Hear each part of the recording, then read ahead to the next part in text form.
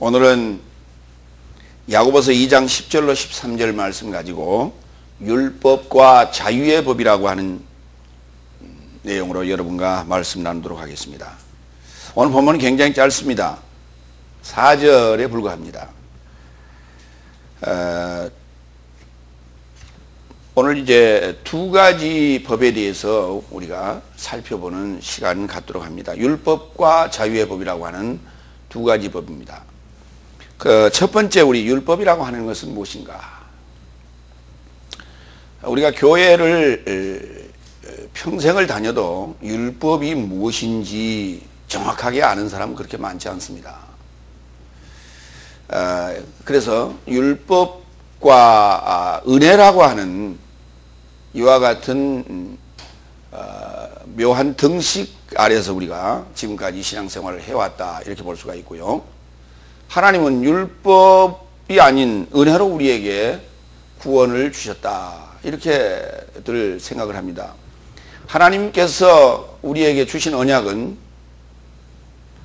첫 번째는 아담과의 언약이 있었고, 그 다음에 노아와의 언약이 있었고, 아브라함과의 언약이 있었고, 모세와의 언약이 있었습니다. 그 언약을 성취하시려고 선지자들을 통해서, 예언자들을 통해서 메시아의 도래를 약속합니다.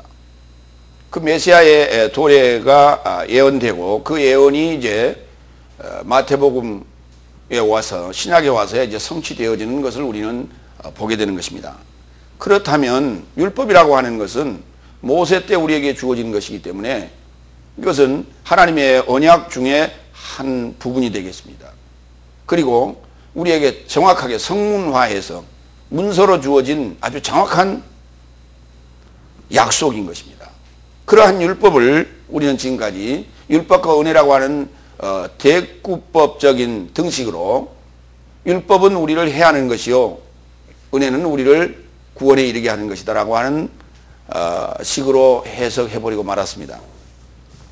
그러면 오늘 본문을 통해서 율법에 대해서 살펴보도록 합니다. 10절 누군가 율법 전체를 지킬 것이나 하나 안에서 실수하면 모든 삶에 잡히게 되는 것이라 했습니다.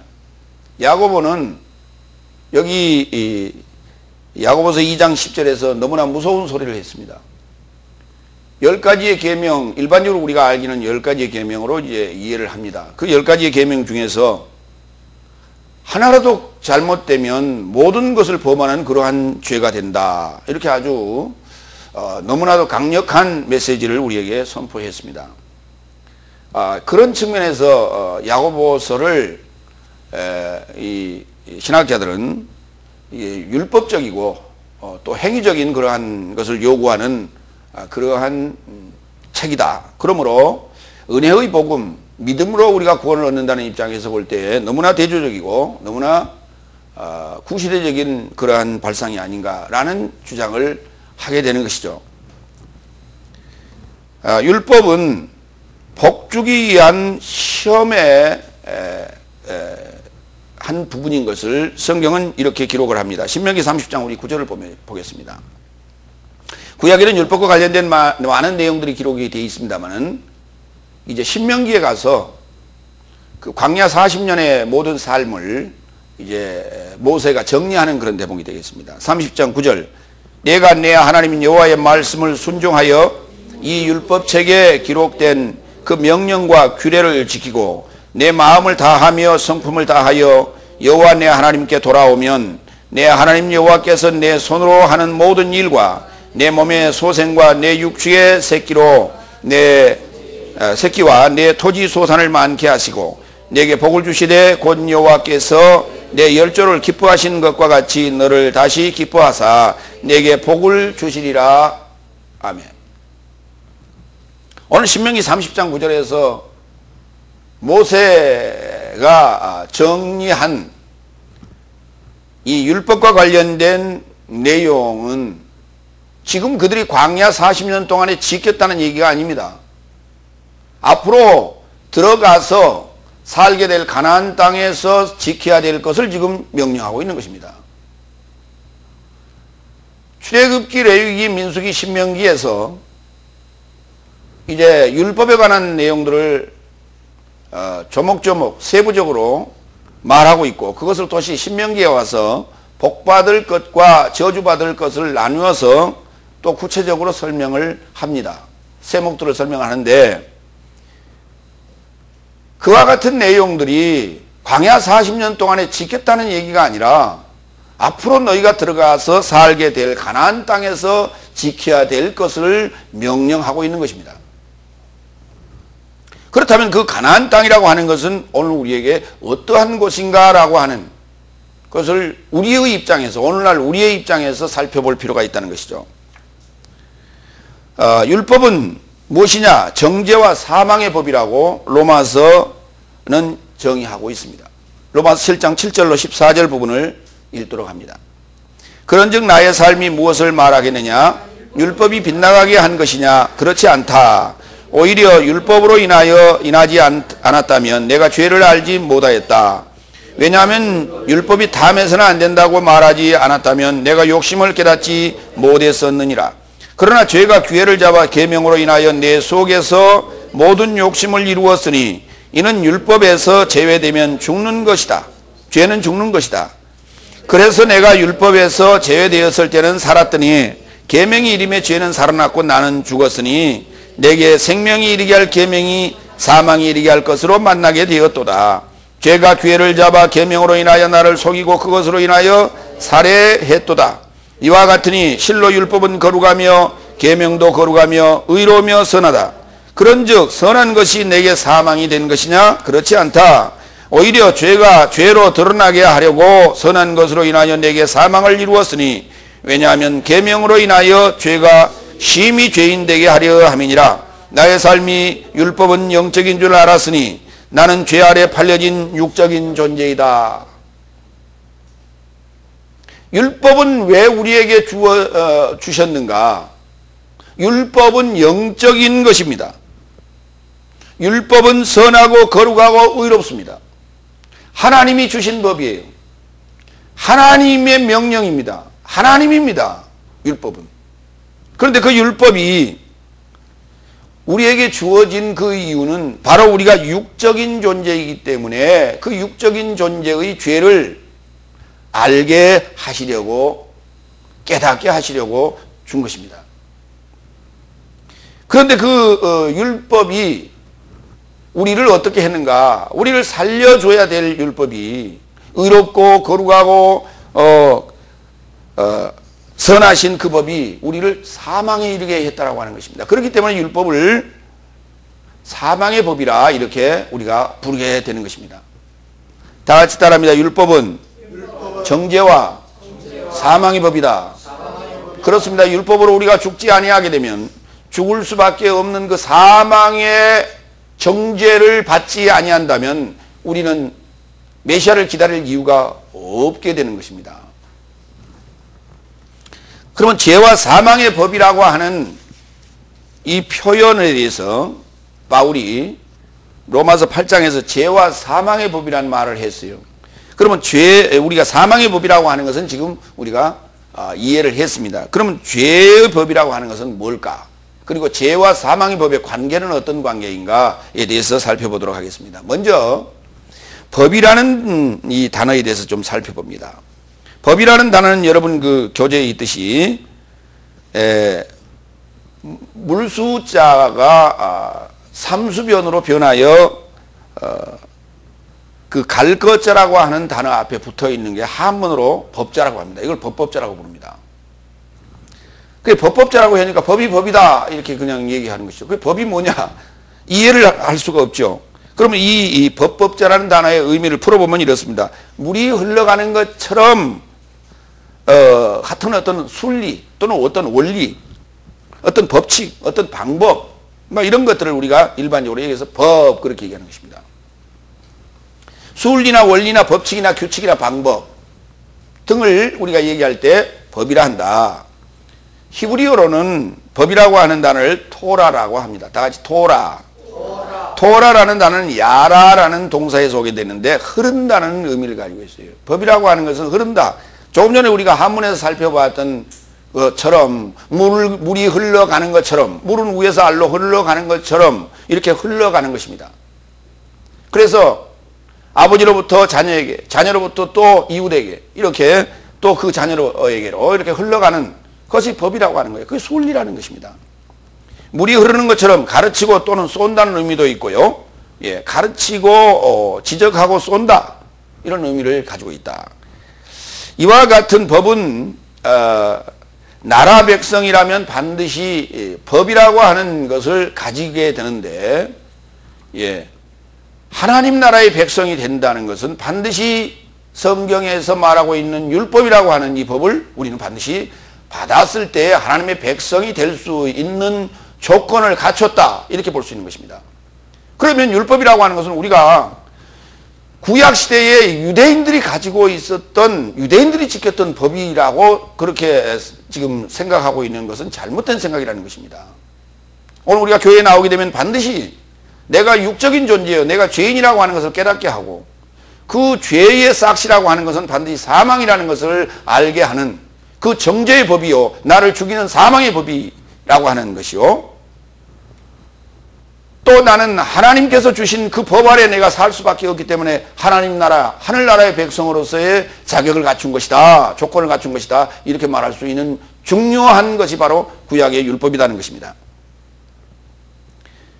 그러면 죄의 법이라고 하는 것에 대해서 살펴보겠습니다. 죄의 법이라고 하는 것은 죄가 성립이 되려면 법이 있어야 됩니다. 우리도 종종 뉴스를 통해서 그런 내용들을 여러분이 접할 때가 있을 것입니다. 이건 분명히 사람들에게 해가 되는 나쁜 행동이었음에도 불구하고 법이 없어서 처벌을 하지 못하는 그런 경우가 있습니다. 그래서 속히 이 법을 제정해달라고 국회에 법 제정을 요구하는 그러한 사례들을 여러분이 종종 뉴스를 통해서 보게 될 것입니다. 미처 법을 만들어 놓지 못했기 때문에 법조항이 없어서 처벌을 할 수가 없는 것입니다. 그러니까 판결을 해달라고 법원에 이걸 송치를 해도 검사가 법조항을 적용할 수가 없어서 기소를 할 수가 없고, 설령 기소를 했다 하더라도 법원에서는 법조항이 없다면 받아주지 않습니다. 그래서 그를 판결할 수 없는 이러한 기이한 일이 벌어지게 되는 것입니다. 그래서 죄가 성립이 되려면 반드시 법이 있어야 된다는 것입니다. 그러면 그 법이라고 하는 건, 그 죄라고 하는 건 어떤 죄일까요? 그 법을 범하게 될 때 우리가 죄인이 되는데, 그 첫사람 아담은 하나님께서 각종 동산나무의 실과를 따먹게 했으나 중앙에 있는 좋고 나쁨의 지식의 나무의 실과는 따먹지 말라 했습니다. 왜냐하면 그것을 따먹는 날에는 정녕 죽으리라 했지요. 창세기 2장 17절의 명령이었습니다. 이것이 바로 법이었습니다. 하나님께서 주신 법이었습니다. 그런데 하와가 뱀의 유혹을 받아서 그 좋고 나쁨의 지식의 나무의 실과를 먹고 말았습니다. 이것이 바로 명령을 범한 불순종의 죄가 되겠지요. 그러면 그 죄라고 하는 것이 구체적으로는 어떤 죄목에 해당이 됩니까? 오늘 여기 십계명의 제목에는 불순종의 죄라는 말이 없습니다. 불순종의 죄라는 말이 없고 간음죄라고 하는 것이 있는데, 이 지금 아담과 하와가 지었던 이 죄는 바로 간음죄에 해당이 됩니다. 왜냐하면 법을 가진 자를 남편이라고 합니다. 법을 가졌다는 것은 남편을 뜻하고, 남편은 반드시 아내를 다스릴 수 있는 법을 가지고 있어야 됩니다. 그런데 하와는 아담이라는 남편을 두고 있었음에도 불구하고 다른 남자인 뱀이 와서 그를 유혹할 때 그 뱀의 법을 받아 먹었습니다. 뱀이 준 지식을 받았다는 것입니다. 그러면 여기서 남편이라는 그 자가 가지고 있는 법이라는 게 뭐냐면 지식을 의미하는 것입니다. 하나님께서 주신 지식입니다. 그런데 뱀이 가지고 온 그 지식은 다른 남자였습니다. 그렇기 때문에 다른 남자의 지식을 받는다는 것은 바로 간음죄에 해당이 되십니다. 우리가 생각하는 간음이라고 하는 것은 육적인 몸을 섞었을 때에 자기 남편이 아닌 다른 남자와 몸을 섞였을 때 우리는 그것을 간음이라고 얘기합니다. 그러나 그것은 우리가 간음이라고 하는 것을 이해시키기 위해서 우리가 알고 있는 하나의 표면적인 방식이고요. 그 방식을 성경적으로 영적으로 적용한다고 하는 것은 바로 하나님의 말씀이 아닌 다른 말씀, 하나님의 지식이 아닌 다른 지식, 하나님이 아닌 다른 남자, 그리스도가 아닌 다른 남자, 우리 하나님의 그리스도의 복음이 아닌 다른 복음, 그리스도의 영이 아닌 다른 영을 받는 것을 얘기하는 것이죠. 그것을 우리가 간음죄라고 하는 것입니다. 그런데 간음죄를 범한 하와가 또다시 갖다 준 지식을 아담은 또다시 그걸 먹었기 때문에 간음한 자에게 또 다시 관계를 가졌다는 것이죠. 그 지식을 받았기 때문에 또 아담도 간음죄에 해당이 되는 것입니다. 예수님께서도 그런 말씀을 하셨죠. 간음한 여자는 버릴 수 있다 그랬는데 그 간음한 여자를 다시 데리고 살면 그도 간음한 자가 된다. 이렇게 정의를 한 바 있습니다. 이 간음죄에 해당되는 것은 바로 사망에 이르는 죄목이 됩니다. 그러면은 그는 분명히 불로 들어갈 수밖에 없는데 이 세상에 이 법이 들어왔다. 성경은 로마서에서 그렇게 기록을 합니다. 세상에 초등학문이었고 죄의 법이라고 하는 것입니다. 이것이. 그 말은 무슨 말이냐. 아담과 하와가 이제 죽을 수밖에 없는 죄를 짓게 되는 방법입니다. 죄를 짓게 되는 방법을 죄의 법이라고 정의하는 것이죠. 다 같이 죄의 법이란 죄를 지을 수 있는 방법이다. 그렇습니다. 그 지금 죄를 짓게 되는 것이 첫째 명령을 어겼다는 것입니다. 하나님의 명령을 어겼다는 거예요. 자기 남편이 아닌 다른 남자를 봤다는 것입니다. 그때 그에게 어떤 상황이 발생했느냐. 보암직도 하고 먹음직도 하고 지혜롭게 할 만큼 탐스러운지라 라고 하는 욕망이라고 하는 욕심이 발동하기 시작했어요. 그러니까 순리를 벗어나는 것입니다. 첫 번째. 명령을 거슬리는 거예요. 첫 번째. 두 번째. 자기 욕심이 발동하기 시작합니다. 세 번째. 자기 혼자 죽기는 싫다는 것입니다. 반드시 죄라고 하는 것은 전이가 된다. 옆에 또 같이 죽자고 물귀신 작전을 쓰는 것입니다. 이게 죄의 속성이에요. 그래서 죄를 짓는 방법이 자꾸만 이게 불어나기 시작하는 거예요. 죄는 죄를 낳게 돼 있어요. 근데 결과라고 하는 것은 사망이라는 것입니다. 세상에서는 이 사망이 죄의 법으로 다스리고 있지요. 세상에는 이 죄의 법이 다스리고 있는 거예요. 그러니까 그 세상에 살고 있는 자들을 우리는 세상이라고 부르는 것입니다. 여러분을 세상이라고 부르는 것입니다. 왜냐하면 죄의 법이 다스리고 있기 때문에.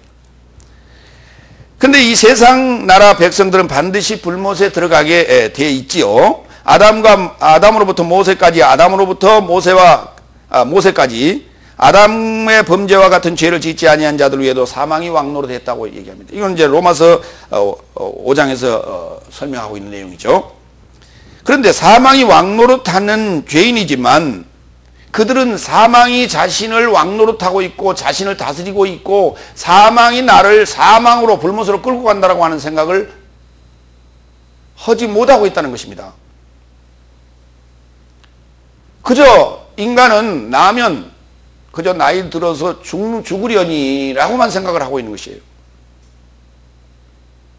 그러지 왜 죽을까라고 생각을 하지 못하고 사는 것이 대다수의 사람들입니다. 그런데 그 중에 성경에 나오는 한 위대한 그 사람이 한 사람이 있었는데 바로 아브라함이라는 사람이었습니다. 그 아브라함이라는 사람이 이 생로병사 문제에 대하여 의문을 갖게 됐습니다. 왜냐하면 그가 갈대아 우르에 살 때에 그 형제 중에 하란이라고 하는 형제가 죽게 됩니다. 하란이라는 형제가 죽고 그의 아들 롯이 이제 고아가 되게 되는 것입니다.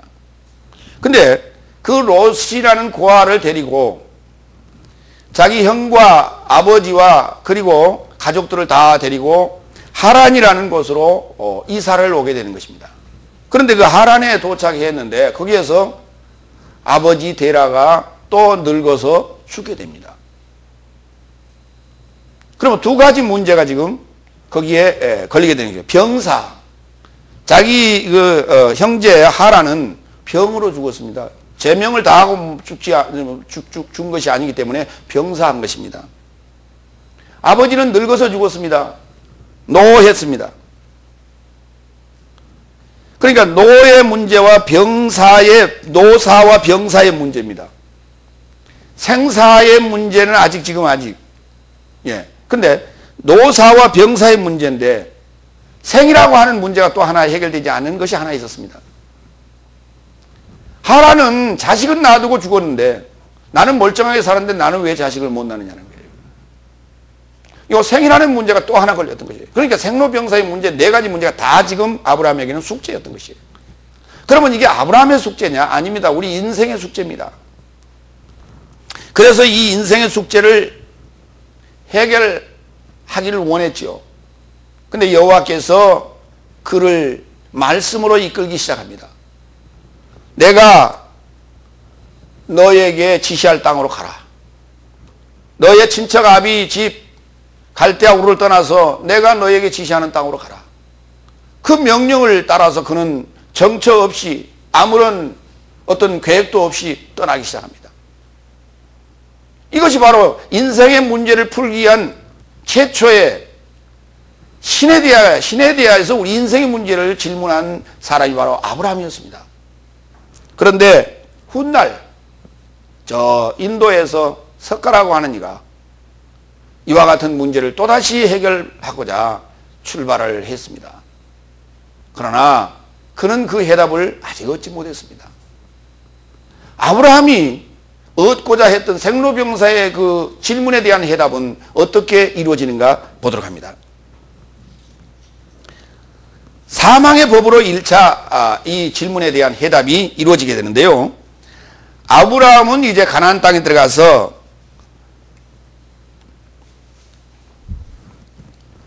가나안 땅에 이제 들어가게 되는데 그때 그 하나님으로부터 받은 언약이 있었습니다. 뭐냐 하면 너의 후손이 이방의 객이 되어서 400년 동안 살다가 돌아올 때에 많은 재산을 가지고 돌아올 것이다 라고 하는 약속을 받은 바 있었습니다. 이것이 바로 죄의 법을 받은 자에게 주어진 죄의 법으로 살고 있는 모든 세상 사람들에게 주어진 하나님의 구원의 약속이었던 것이에요. 이게 바로 믿음이라고 하는 것이었습니다. 믿음이라는 약속이 있었습니다. 그런데 400년 전에 아브라함에게 약속한 대로 이스라엘 백성은 애굽에서 객이 되어 바로에게 종로로 타다가 모세에 의하여 광야로 나오게 되는 것이 아브라함이 찾아가는 인생의 생로병사 문제에 대한 1차적인 해답입니다. 그러면서 그들이 이제 그 광야에서 사망의 법이라고 하는 율법을 받게 됩니다. 이것이 바로 생로병사 문제를 풀어가는 첫 번째 해답이었어요. 율법은 모세를 통해서 광야에 모인 이스라엘 백성이 주어지게 됩니다. 주신 목적은 하나님 나라 백성을 만들려는 데 목적이 있다고 성경은 그렇게 기록합니다. 그리고 율법이 주어진 그곳을, 그 광야를 사도행전 7장 38절에서는 광야교회라고 말합니다. 그렇다면 결국 율법은 어디에 주어진 법이냐? 광야교회라고 하는 교회에 주어진 법입니다. 오늘 우리가 교회에 처음 나오면 받게 되는 것이 뭐냐면 율법이라고 하는 것을 받게 됩니다. 하나님의 말씀이 곧 법입니다. 우리는 율자를 붙여서 자꾸 이게 구약과 신약을 나누는데요. 요 성경이 뭐냐면 법입니다. 다 같이 성경은 법이다. 성경은 법이다. 그렇습니다. 성경은 법입니다. 그런데 그 중에 죄의 법이라고 하는 뱀이 갖다 준, 사탄이 갖다 준 그 방법이 있고요. 그 다음에 모세가 광야에서 받은 율법이라는 게 있고요. 그 다음에 예수님이 오셔서 주신 생명의 성령의 법이라는 게 있는 거예요. 이렇게. 그 세 가지 법을 통칭하여 법이라 부르는 것입니다.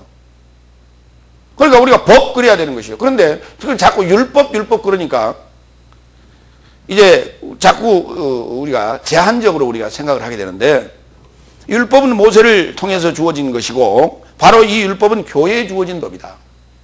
여러분은 지금 교회에 나오면 성경을 받았다고 하는 것은 그때 율법을 받은 것이다. 곧 법을 받은 것이다.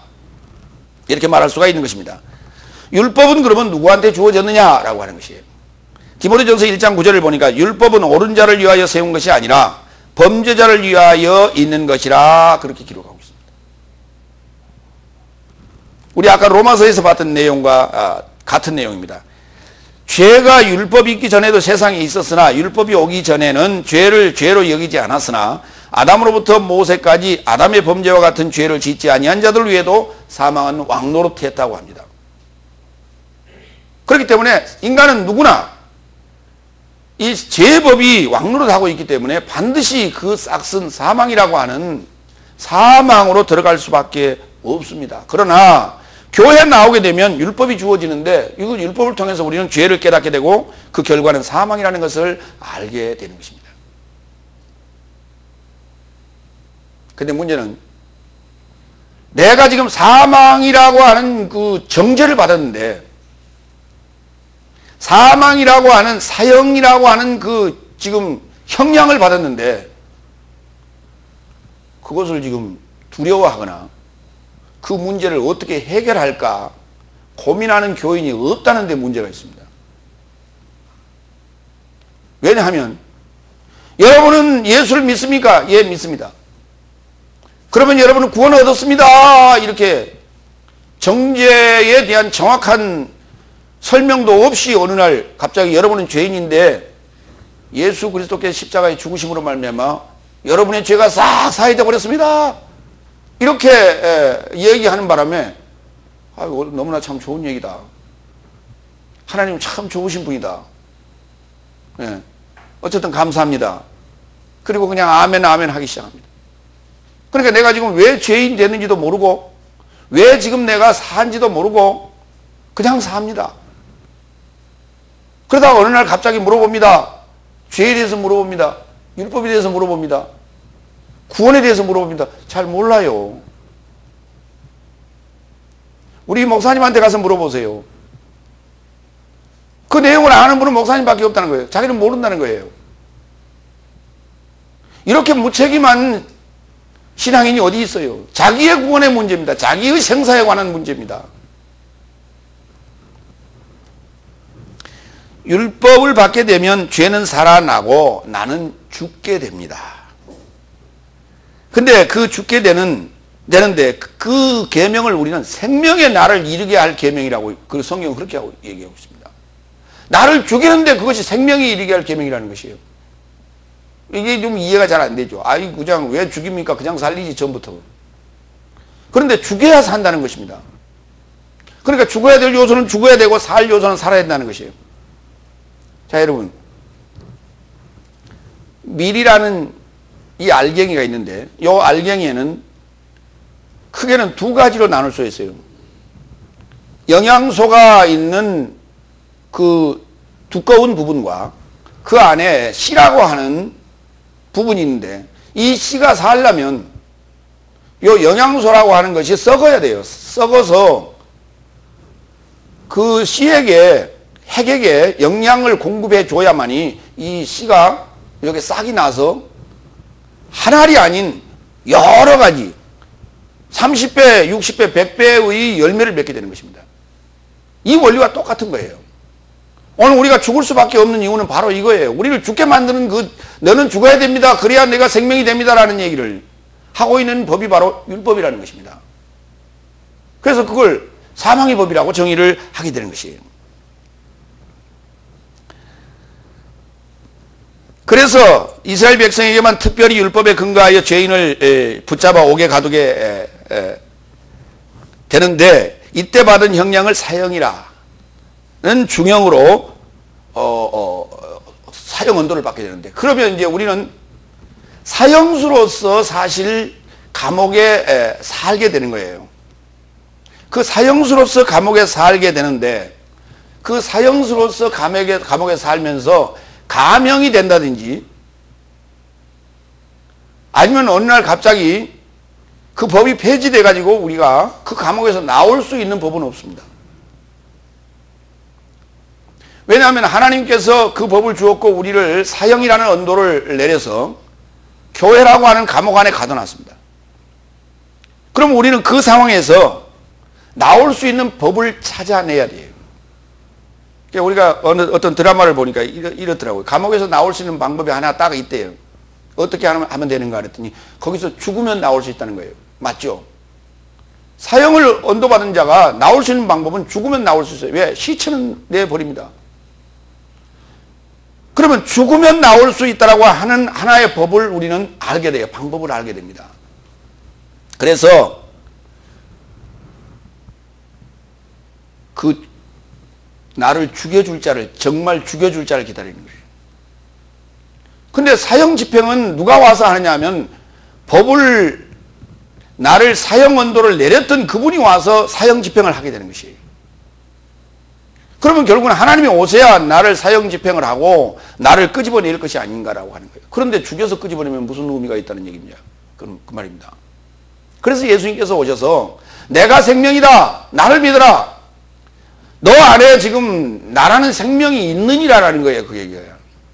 저와 여러분 안에 생명이라는 것이 있다라는 것을 가르쳐주는 것입니다. 그러니 죽자라는 거예요. 죽어도 된다는 거예요. 그건 십자가 사건입니다. 다시 말해서 감옥에 있는 나더러 너를 해방할 수 있는 방법이 있는데 그것이 뭐냐? 십자가 지자라는 거예요. 십자가에서 죽으면 율법이 너를 또다시 죄인이라고 정죄하지 아니하고 또다시 너를 죄인이라고 너를 잡아들이거나 너를 억압하지 아니한다. 그러니 십자가에서 죽자. 내가 생명이다. 나는 또 부활이다. 이렇게 말씀하시는 거예요. 그분을 믿고 그분을 붙잡으면 우리가 죽을 수도 있고 살 수도 있는 거예요.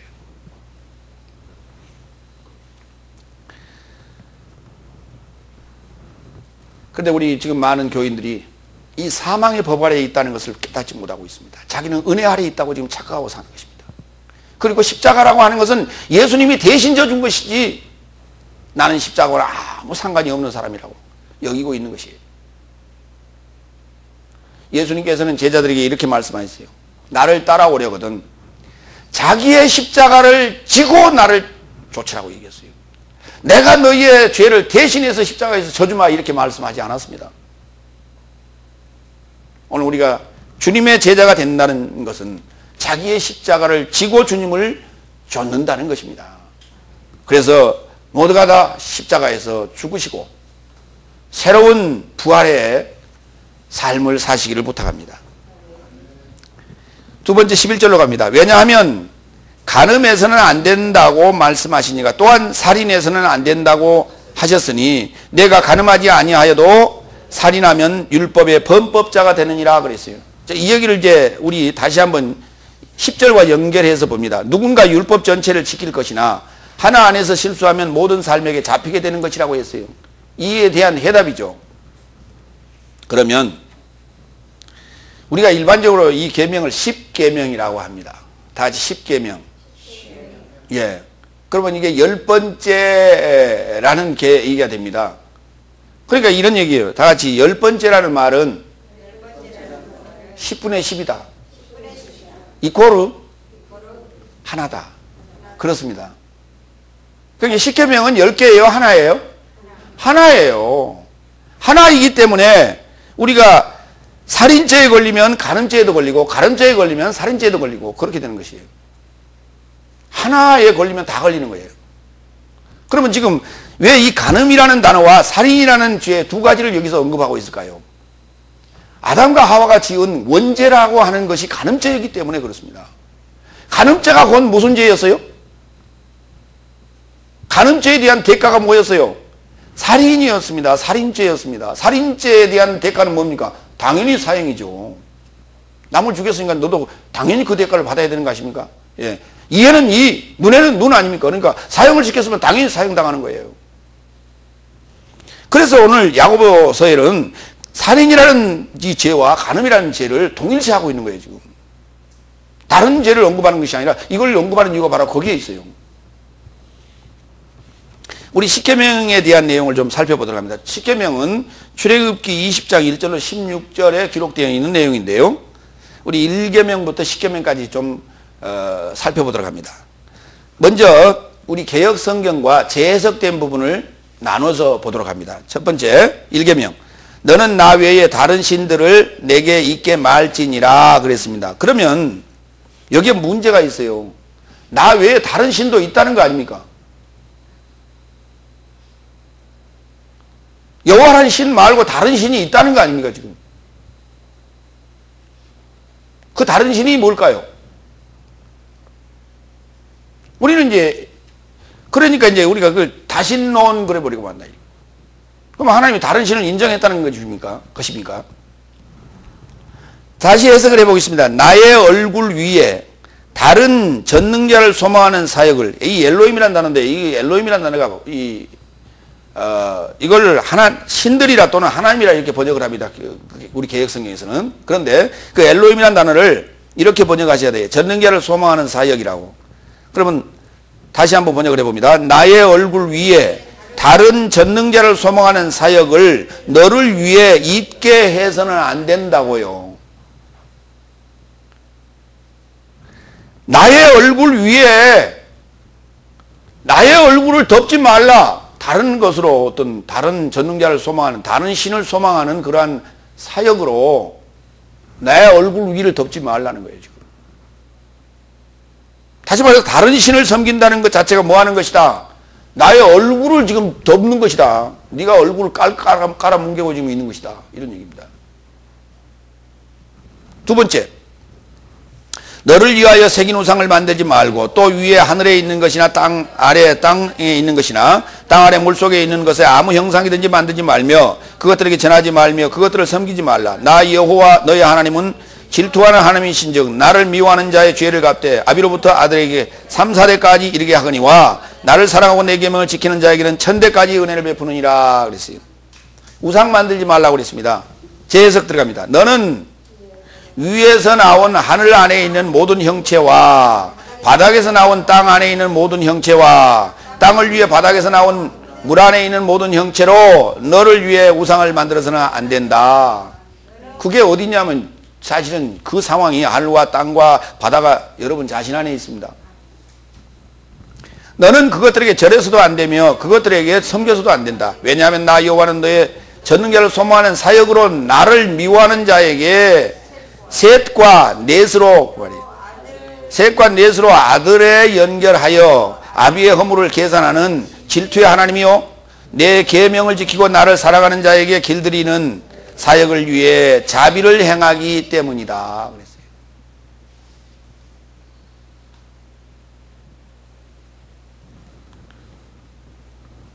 그러니까 참 신이 누구냐라고 하는 것을 지금 얘기하는 거예요. 진짜 신이 누구냐? 3계명 갑니다. 너는 너의 하나님 여호와의 이름을 망령되이 일컫지 말라. 나 여호와는 나의 이름을 망령되이 일컫는 자를 죄 없다 하지 아니하리라. 계속 들어갑니다. 너의 전능자를 소망하는 사역으로 여호와의 이름을 헛되이 높여서는 안 된다. 너의 전능자를 소망하는 사역으로 라는 말은 이게 하나님께서 우리에게 주신 목표입니다. 우리는 다 전능자가 되어야 합니다. 근데 전능자의 길이 두 갈래 길이라고요. 하나는 여호와와 같이 되는 것이고 하나는 사탄과 같이 되는 것입니다. 두 갈래 길이 있어요. 너의 전능자를 소망하는 사역으로 여호와의 이름을 헛되이 높여서는 안 된다. 왜냐하면 여호와는 헛되이 그의 이름을 높이는 자를 면제하지 않으신다. 과연 우리가 지금 여호와를 헛되이 높이고 있지 않는가 한번 생각을 해봐야 돼요. 내가 이 죄된 모습으로 죄진 입술로 하나님을 칭송할 수 없는 것입니다. 하나님을 찬양할 수 없는 것이에요. 하나님을 찬양한다는 것은 내가 의로운 자가 되어야 그때 하나님은 그 의로운 자의 찬양을 받으십니다. 그런데 사탄을 쫓아가면서 하나님을 찬양한다라고 하는 것은 이율배반이라는 거예요. 그게 지금 두 아버지를 섬기고 있는 것이다. 이부지자라는 얘기예요. 이 제3계명은 지금 이부지자에 관한 얘기를 하고 있는 거예요. 참 하나님을 지금 분별하지 못하고 자기 하나님이 자기 아버지가 아닌 자를 아버지라고 부르는 이런 기이한 현상을 얘기하고 있는 거예요. 예수님께서 요한복음 8장에서 그렇게 말씀하시죠. 자기를 죽이려 하는 자들에게 너희 아비는 마귀라고 얘기합니다. 너희가 아브라함의 후손이라면 그런 행실을 하지 않았을 텐데 나를 죽이려 하는구나. 너희 아비가 마귀니라고 그랬어요. 그러니까 진짜 아비는 마귀인데 여호와 하나님을 아비라고 부르고 있다는 얘기예요. 지금 아버지가 둘이라는 것입니다. 제4계명 갑니다. 안식일을 기억하여 거룩히 지키라. 엿새 동안은 힘써 내 모든 일을 행할 것이나 제7일은 너의 하나님 여호와의 안식일인즉 너나 내 아들이나 내 딸이나 내 남종이나 내 여종이나 내 육축이나 내 문 안에 유하는 객이라도 아무 일도 하지 말라. 이는 엿새 동안에 나 여호와가 하늘과 땅과 바다와 그 가운데 모든 것을 만들고 제7일에 쉬었습니다. 그러므로 나 여호와가 안식일을 복되게 하여 그날을 거룩하게 하였느니라. 자, 거기 안식일을 기억하여 거룩히 지키라, 그 부분 언더라인 하시기 바랍니다. 재해석 들어갑니다. 너는 안식일을 거룩해 하기 위하여 기억하라 입니다. 거기 안식일을 지키라고 되어 있지 않습니다. 우리가 생각하는 이 안식일은 지금 토요일이나 아니면 주일로 지금 이해하고 있는 것이죠. 그러나 성경이 말하는 안식일은 우리가 모두가 다 들어가야 될 곳입니다. 그것은 여러분과 저가 들어가야 되고 되어져야 될 상태적 개념이에요. 일곱째 날인데요, 안식일을 얘기하기를 우리 아까 10계명이라고 하는 것을 10번째라고 그랬는데 10번째를 10분의 10이라고 말씀드렸어요. 7번째라고 하는 것도 마찬가지로 7분의 7이 됩니다. 그러니까 하나예요. 그러면 하나라고 하는 것에 다시 들어가게 되는 것입니다. 그럼 우리의 출발은 뭐였냐? 하나였습니다. 하나였는데 다시 둘째, 셋째, 넷째, 다섯, 여섯, 일곱째라고 하는 것에 도달하게 되면 또다시 7분의 7이 돼서 하나가 됩니다. 그럼 둘째는 뭐고 여섯째는 뭡니까? 다 같이 하나, 7분의 2, 7분의 3, 7분의 4, 5, 6, 그 다음에 7분의 7이 되는 것입니다. 다시 말해서 여러분이 출발할 때는 하나였습니다. 어떤 하나였느냐? 죄의 법 아래 있는 하나였습니다. 이 죄의 법 아래 있는 하나가 7분의 2, 7분의 3, 7분의 4, 7분의 5, 7분의 6 가면 주님을 만납니다. 그리고 안식에 들어가게 되는데 7분의 7, 또다시 하나가 되는 거예요. 하나, 첫 번째 하나라고 하는 것은 죄인의 모습이요. 7번째 하나라고 하는 것은 의인의 모습입니다. 그렇기 때문에 안식일을 거룩해 하기 위하여 기억하라고 요구합니다. 여러분과 저는 모두가 다 이 안식에 들어가야 됩니다. 그걸 일곱째라고 하는데 일곱째라고 하는 날은 화친을 맹세한 날입니다. 화해하는, 완전히 화해가 되는 날이에요. 누구와 화해? 하나님과 화해되는 날이에요. 그걸 맹세의 날이라고도 합니다. 제5계명 갑니다. 내 부모를 공경하라 그리하면 너희 하나님 나 여호와가 내게 준 땅에서 내 생명이 길리라 그렇게 되어 있죠. 제 해석 들어갑니다. 너와 너희 아비와 어미를 영화롭게 하여야 함은 여호와께서 전능자를 소망하는 사역으로 너에게 준 하아다마라고 하는 곳이 있는데요. 이 하아다마가 어디냐면 에덴 동산을 만들어 놓은 곳이 하아다마라고 하는 곳입니다. 그 아담을 소망함이라는 의미를 가지고 있어요. 전능자를 소망하는 사역으로 너에게 준 그 아담을 소망함 위에서 에덴 동산 위에서 너의 날의 사역을 그들이 길게 할 것이라고요. 그들이 누굽니까? 아비와 어미가요. 여러분의 아비와 어미가 누굽니까? 바로 여러분을 낳고 여러분을 양육해 온 자가 아닙니까? 뭘로요? 말씀으로요. 그렇다고 세상의 부모는 그럼 공경하지 말라는 얘기입니까? 세상의 부모 공경이라고 하는 법이 있기 때문에 이거를 또다시 우리에게 준 거예요. 그것을 이해하고 또다시 내 땅에 있는 자를 아비라 하지 말라 했지 않습니까? 그 진정한 아비는 하나님을 뜻하는 것이고 나를 말씀으로 낳은 자를 아비라 부르는 것입니다. 제6계명 살인하지 말지니라 그렇게 되어 있습니다. 그건 명령입니다. 그런데 이 구약의 출애굽기 20장에 이 본문을 보게 되면 명령어로 써놓지 않았습니다. 이렇게 써놨어요. 너는 살인해서는 안 된다. 이렇게 써놨습니다. 그냥 살인할 수도 있다는 것입니다. 당연히. 제7계명 간음하지 말지니라 그랬습니다. 너는 간음해서는 안 된다 그랬습니다. 우리는 하나님을 자꾸 명령하시는 분으로만 자꾸 생각해요. 그런데 대단히 온유하신 분이에요. 너는 간음해서는 안 된다 그랬습니다. 제8계명 도적질하지 말지니라. 다 같이 너는 도적질해서는 안 된다. 읽으세요. 시작. 그렇습니다. 제9계명 들어갑니다. 내 이웃에 대하여 거짓 증거하지 말지니라. 이것도 명령이에요. 그렇죠? 그런데 이렇게 써놨어요. 너는 거짓 증거를 내 이웃 안에 대답해서는 안 된다고요. 거짓 증거를 내 이웃이 물을 때 그렇게 대답해서는 안 된다고요. 거짓 증거 하지 말라는 거예요. 다른 복음 전하지 말라는 거예요. 다른 예수 전하지 말라는 거예요. 다른 영 전하지 말라는 거예요.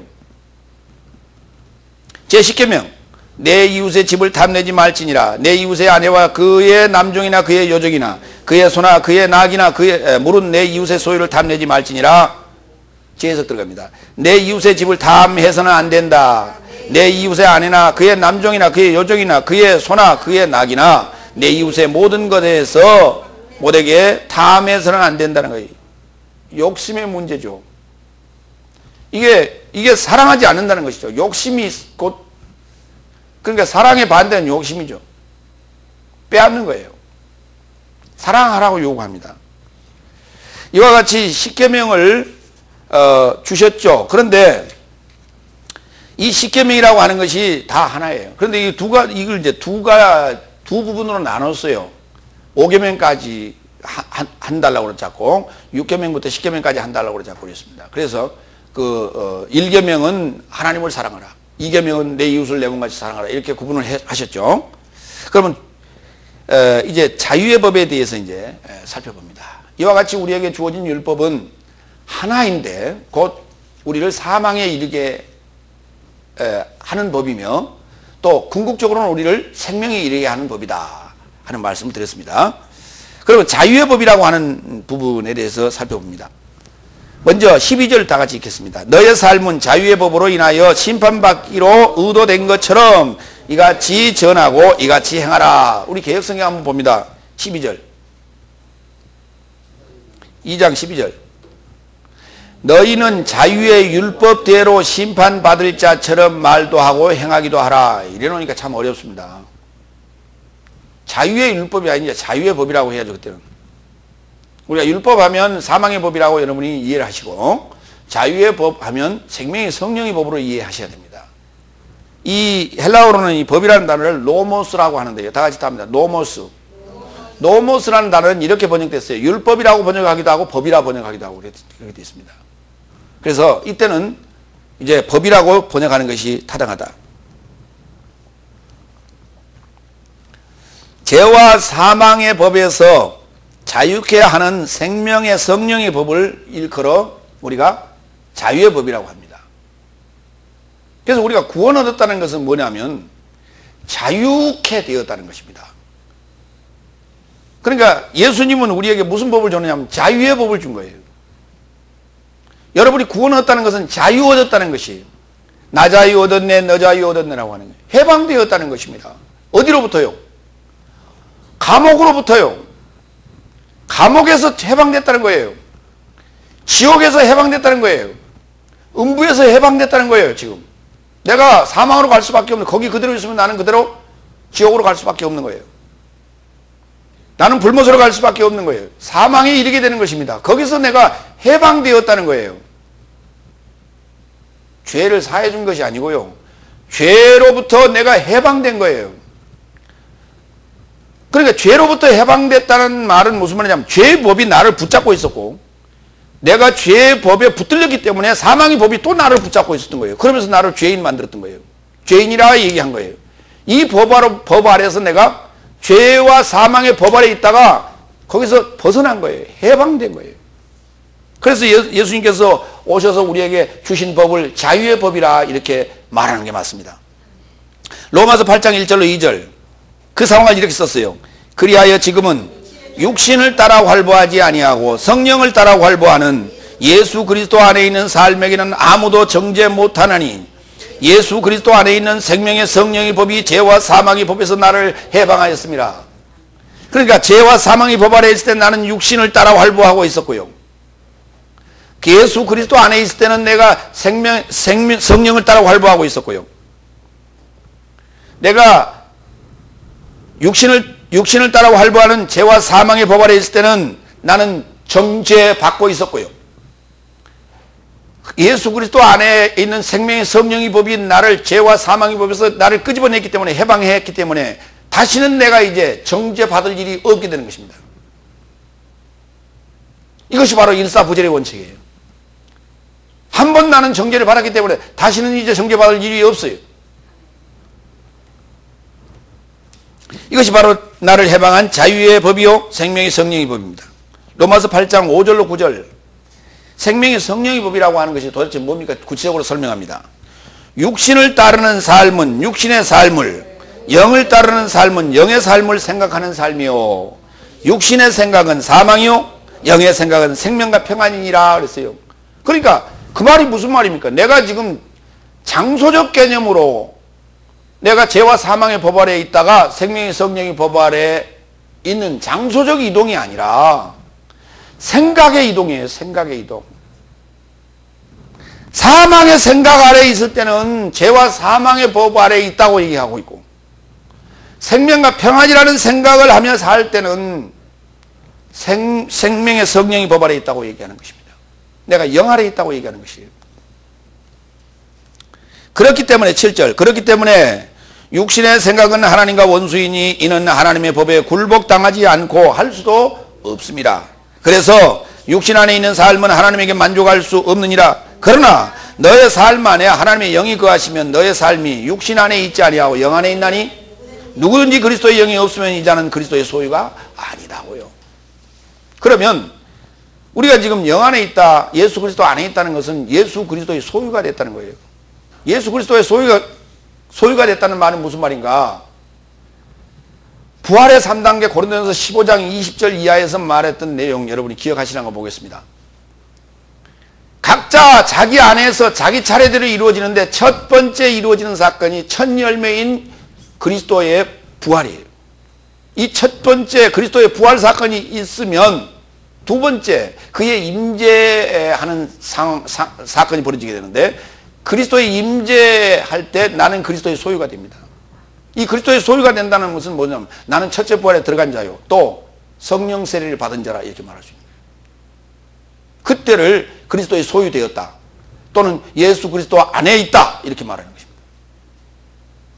바울은 자신이 예수 그리스도 안에서 사역한다고 얘기했습니다. 이제 예수 그리스도 안에 있는 자는 누구냐? 증인입니다. 성경의 말씀을, 하나님의 소식을 올바로 바르게 풀어서 해석하여 증거하는 증인의 삶을 사는 자를 우리가 예수 그리스도 안에 있는 자다, 또는 자유한 자다, 이렇게 말하는 것입니다. 그런데 나는 그냥 그렇게 생각하랍니다. 그런다고 되는 게 아니에요. 성경이 그렇게 깨달아져서 증거할 수 있어야 됩니다, 여러분이. 그렇게 기도하시기를 바랍니다. 그러면 자유의 법이라고 하는 것은 우리에게 무엇을 요구합니까? 아까 지금 자유의 법을 따라서 자유의 법으로 인하여 심판받기로 그렇게 의도된 것처럼 이같이 전하고 이같이 행하라고 그랬습니다. 그 내용이 뭡니까? 그랬더니 사랑하라는 거예요. 자유의 법은 우리들은 사랑하라고 요구합니다. 마태복음 22장 34절로 40절에 보면 율법사 하나가 예수님한테 와서 이제 묻습니다. 시험하려고 와서 묻습니다. 그런데 왜 왔느냐 그랬더니 34절, 그가 사두개인들을 재갈 물렸다 하므로 바리새인들이 듣고 그것 때문에 함께 소집되었더니, 그리고 그들에게서 한 율법사가 나와 질문하였으니 그를 시험하고자 함이에요. 이렇게 이제 질문합니다. 예. 그러니까 예수님께서 사두개인들을 완전히 그냥 납작코가 되게 만들었다 이거예요. 그 소문을 듣고, 야, 사두개인들 바보들이야, 우리가 한번 가서 예수님하고 시험해보자. 그러고 사두개인들이 이제 덤빈 거예요. 한 율법사가 이렇게 얘기합니다. 율법 안에서 어떤 계명이 위대합니까? 라고 물었어요. 위대한 계명이 뭐냐고 물었어요. 우리 개혁성경 뭐라고 되어 있어요? 율법 중에 어느 계명이 가장 큽니까? 이렇게 물었죠. 자, 예수님 말씀합니다. 그러자 예수는 그에게 이르시되 온전히 너의 마음으로, 온전히 너의 목숨으로, 온전히 너의 지능으로 너의 하나님을 주로 사랑할 것이라. 이것이 첫째 위대한 계명이요 둘째도 그것과 같으니 너의 이웃을 내 몸과 같이 사랑할 것이니 이 두 계명 안에서 온 율법과 선지자들이 매달려져 있느니라. 이게 다 어우러져 있는 거예요. 이렇게 매달려 있어요. 전부 다 서로 얽히고 설켜 있어요. 이렇게. 이게 한 덩어리라고요. 다. 율법은 다른 것이고 선지자들이 예언한 예언서는 다른 것이 아니라 성경이 전부 지금 보세요. 구약은 지금 뭘로 되어 있어요? 그때 지금 신약이 안 썼을 때예요. 구약이 뭘로 되어 있습니다? 율법과 선지서로 되어 있는 거예요. 전부 다. 이게 한 덩어리라는 거예요. 다.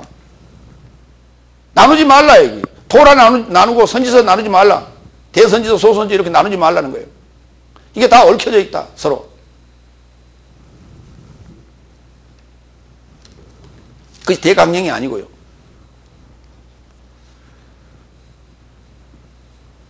그래서 결국은 율법이 뭐냐? 율법이 뭐냐? 우리는 지금 보세요. 조금 전에 율법과 지금 자유의 법을 나눴죠. 그런데 오늘 지금 마태복음 22장 37절부터 40절의 내용은 뭐냐면 율법에 관한 얘기를 하고 있는 거예요. 지금 사망의 법이 뭐냐? 그 중에서 어떤 것이 가장 큽니까? 그랬더니 사랑하라 그랬어요. 사랑하라. 첫째도 사랑하라. 둘째도 사랑하라. 이렇게 얘기했어요. 그러면 예수님께서 오셔서 말씀하신 자유의 법이 뭡니까? 자유의 법이 뭐예요? 율법이에요. 율법을 재해석하면 사랑하라예요. 그러면 결국은 무슨 말이냐면 죄 아래에 있을 때는 사랑할 수 있다 없다? 없다. 우리가 오간에 있을 때 사랑할 수 있다 없다? 없다. 누구하고 사랑하는데요? 하나님과 사랑하는 거예요. 하나님과 사랑하는 거예요. 죄인이기 때문에 하나님하고 사랑할 수 없어요. 자유의 몸이 되어야만이 그때야 하나님과 사랑할 수 있어요. 하나님과 사랑하니까 그 이웃에게 또 사랑을 나눌 수 있는 거예요. 자, 첫 번째 계명이 하나님 사랑하라 했어요. 요한일서 5장 3절에도 이렇게 기록하고 있어요. 하나님을 사랑하는 것은 이것이니 우리가 그 계명들을 지키는 것이라. 그의 계명들은 무거운 것이 아니니라 그랬어요. 이 계명이 뭔가 십계명을 얘기하는 것이죠. 그런데 율법과 은혜라는 소위 그 대꾸법으로 율법은 떼서 버리고 은혜만 가지고 살 겁니까? 요한일서에 보면 이렇게 돼 있어요. 내가 너희에게 새 계명을 쓰노니. 옛 계명과 새 계명이 따로 있는 것이 아니라 너희가 처음부터 들은 말씀이라고요. 계명은 구약이 다 이게 계명이에요. 구약 성경이 다. 근데 구약 성경을 다시 재해석을 하는데, 재해석을 한다는 것은 무슨 말이냐면 여러분의 상태를 죄와 사망의 법 아래 두는 것이 아니라 자유의 법으로 끌어낸다고요. 그러면 구약이 뭘로 보이냐면 사랑하라 이렇게 보인단 말이에요. 구약이 뭘로 보이냐면 하하 그게 나를 생명으로 인도하려고 하는 하나님의 은혜였구나 이렇게 보인다고요. 나를 구원해 주려고 하는 하나님의 훈련 방식이었구나 라고 하나님을 사랑하게 되는 거예요. 내가 구원 얻을 때만이 가능한 거예요 이게. 근데 내가 죄인으로 옥에 갇혀 있는데 하나님 사랑합니다가 됩니까 안 됩니까? 여러분이 지금 죄인으로 검거가 돼가지고 판결을 받고 옥 안에 있는데 간수님 사랑합니다 됩니까 안 됩니까? 검사님 사랑합니다 됩니까 안 됩니까? 판사님 사랑합니다 됩니까 안 됩니까? 안 돼요. 그거는 안 되게 돼 있어요. 나를 정죄한 자예요. 그렇죠? 그런데 거기에서 벗어나면 어때요? 그때야 찾아갈 수 있어. 그때야 찾아갈 수 있어요. 자유의 몸이 되면 그때 찾아갈 수 있어요. 내가 당신이 나를 검거하지 않았더라면 나는 지금 죽어 있을 수 있습니다. 그때 같이 도적질하고 깡패질 하던 자들은 다 죽었어요. 무슨 사건이 벌어졌어요. 근데 자기는 그때 검거가 돼가지고 오간에 있는 바람에 살았어요. 그런 얘기하고 우리가 비유가 안 되잖아요. 그렇죠? 자, 이웃사랑은 이렇게 써놨어요. 로마서 13장 8절로 10절. 서로를 사랑하는 것 말고는 한 사람에게도 아무런 빚지지도 말라. 왜냐하면 다른 자를 사랑하는 자는 율법을 이미 채웠느니라. 왜냐하면 간음하지 말 것이요, 살인하지 말 것이요, 도적질하지 말 것이요, 거짓 증거하지 말 것이요, 탐내지 말 것이요, 또한 어떤 다른 계명일지라도 내 이웃을 내 자신같이 사랑하라 하신 말씀 안에 포함되었느니라. 사랑은 이웃에게 악을 행하지 아니하나니 그런즉 사랑은 율법의 채움이니라. 예수님께서 오셔서 말씀하시기를 내가 율법을 폐하러 온 것이 아니라 율법을 채우러 왔노라 그랬어요. 율법이 채워지는 것을 완성이라고 하는 것입니다. 율법이 채워지는 걸 완성이라고 하는 거예요. 율법을 채웠다는 얘기는 무슨 말이에요? 여러분이 지금 율법 아래서 죄인으로서 인정하고 순종하고 인내하여 앞으로 나를 구원하러 오실 메시아를 기다리는 거예요. 그 기한을 다 채우는 거예요. 종살이 하는 거예요. 종살이 기간을 채우는 것을 율법을 채운다 그래요. 그러니까 우리는 자꾸 율법을 어떻게 완성하려고 자꾸 그러는데 율법을 어떻게 완성합니까? 완성이 안 되는 것입니다. 내가 율법 아래 율법은 결국은 뭡니까? 사랑인데요. 그 율법을 채우는 것이 사랑이라는 거예요. 그러니까 거기서 보세요. 내가 감옥살이 하면서 하나님 언제 끄집어내 줄 거예요? 계속 그래 보세요. 스트레스 받아서 죽습니다. 근데 그렇게 하지 마시고 하나님 사랑합니다. 사랑합니다. 빨리 오세요. 사랑하게. 빨리 오세요. 사랑하게. 그래야 주님이 빨리 오시죠. 오늘 지금 교회들은 사실 그러고는 있어요. 그렇죠? 근데 그러고는 있는데 사실은 겉으로 봐서는 그런 것 같아요. 그런데 내용이 그렇지 않단 말이에요. 생각은 딴 데가 있어요.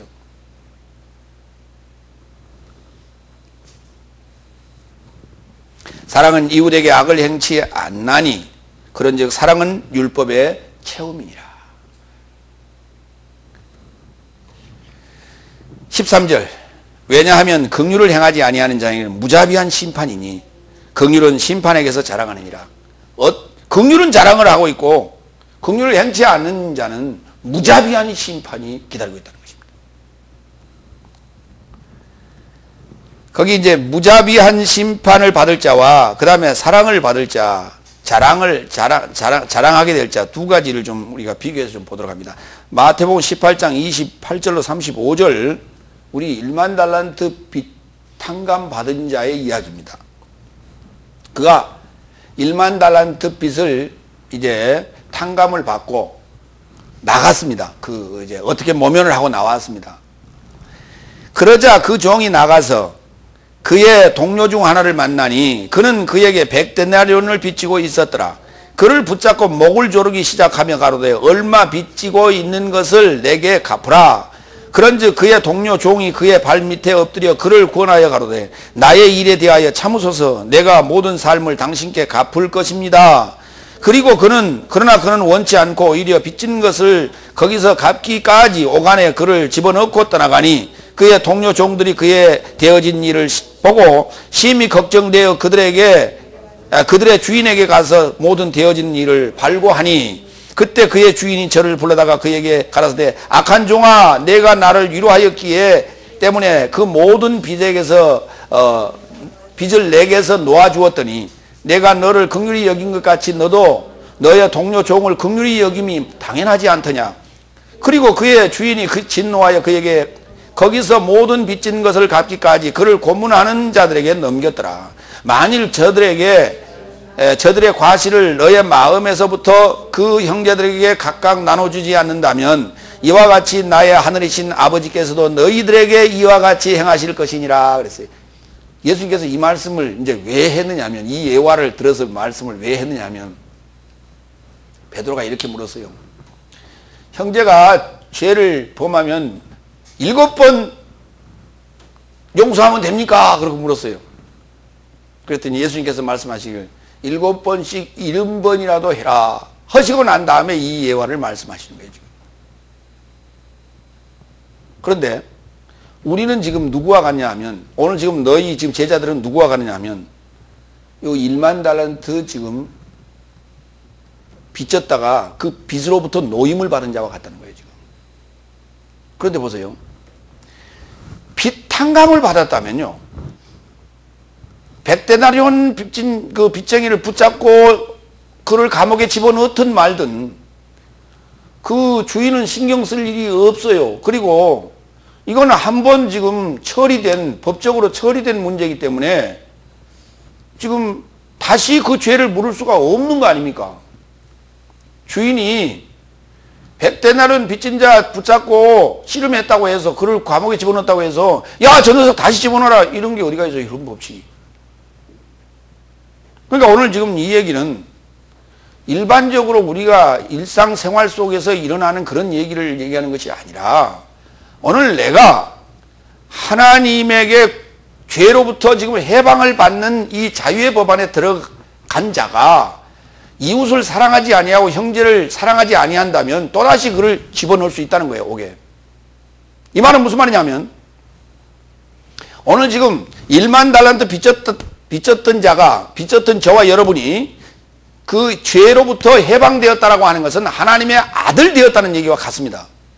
그런데 이 하나님의 아들 됐다는 얘기는, 이게 하나님의 아들이 신분적으로 된 것이 아니라 명분적으로 됐다는 얘기입니다.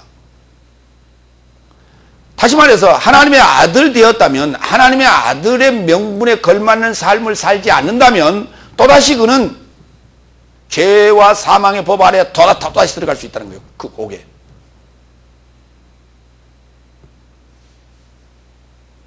그래서 여러분들이 이제 나는 예수 그리스도 안에서 나는 하나님의 아들이 되었으니 이제는 뭐 내가 뭐 대충 살아도 괜찮다, 천만의 말씀입니다.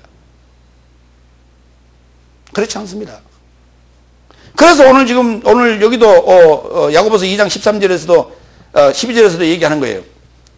자유의 법으로 인하여 심판받기로 의도된 것처럼 이같이 전하고 이같이 행하라고 요구하고 있습니다.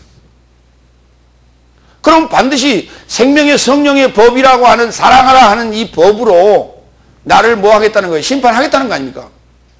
그랬는지 안 그랬는지, 그렇게 전했는지 안 전했는지, 그렇게 행했는지 안 했는지 심판하겠다는 거 아닙니까? 또다시. 그 심판은 어디 가서 해요? 백보자 심판대 가서 여러분이 심판받을 거예요. 생명의 성령의 법, 자유의 법으로 여러분이 제대로 살았는지 안 살았는지 하는 것은 백보자 심판대 앞에 가서 심판받을 거예요. 오늘 죄와 사망의 법 아래 있는 자들은 백보자 심판대 앞에 갈 필요가 없습니다. 이미 지금 사망의 법이라고 하는 그 법에 의해서 정죄를 받았는데 거기를 왜 또 갑니까? 죄와 사망의 법에서 벗어나서 자유의 법으로, 생명의 성령의 법으로 산 자들만 백보자 심판대 앞에 가는 거예요. 거기 가면 이렇습니다. 마태복음 25장 41절로 46절과 같은 상황이 일어납니다. 그때 그가 왼편에서 나온 삶에게도 말할 것이다. 저주받은 삶이여, 내게서 떠나 마귀와 그의 사제된 삶에게 예비된 영원한 불 속으로 가거라. 왜냐하면 내가 굶주렸을 때에도 내게 먹을 것을 주지 않았고, 목말라 할 때도 나를 마시게 하지 않았고, 나그네로 있을 때에도 나를 거두지 않았고, 헐벗을 때에도 나를 옷 입히지 않았고, 병들었을 때에도 오간에 있을 때에도 나를 돌아보지 않았느니라. 그때 저의 삶이 판단을 마치고 그에게 이르되, 주여, 언제 굶주리신, 목말라 하신, 나그네 된, 헐벗으신, 병드신, 오간에 계신 당신을 보고 당신에게 수종 들지 않았습니까? 그때 그가 판단을 마치고 그의 삶에게 이르되, 가장 작은 나의 형제된 삶의 하나에게 이런 일을 행치 아니하였으니 내게 행치 않은 것이다. 그리고 이런 삶은 영원한 벌에 이르고자 가고 의인된 삶은 영원한 생명에 이루고자 갈 것이다. 여기 지금 의인된 자들은 바로 양들이죠. 오늘 지금 영원한 형벌에 들어가는 자들은 바로 염소들이죠. 그래서 좌편의 염소들과 우편의 양들에 관한 얘기로 지금 심판, 최후의 심판을 설명하고 있는 것입니다. 오늘 우리가 자유의 법, 생명의 성령의 법을 가지고 심판받을 자처럼 살지 않는다면 여기 왼편 염소들과 같은 상황에 우리가 처해 줄 수 있다 하는 말씀을 드리겠습니다. 우리 모두가 다 자유의 법 아래서 하나님과 이웃을 사랑할 수 있는 저와 여러분 되시기를 부탁합니다. 기도하겠습니다. 전능하시고 자비로우신 아버지 하나님, 하나님의 그 은혜와 사랑에 감사합니다. 우리 모두가 다 생명과 평안의 생각 아래서 예수 그리스도의 안에서 자유의 법으로 생명과 성령의 법을 준수하며 지키며 살게 하여 주옵소서. 감사하며 그리스도 예수의 이름으로 기도하옵나이다. 아멘.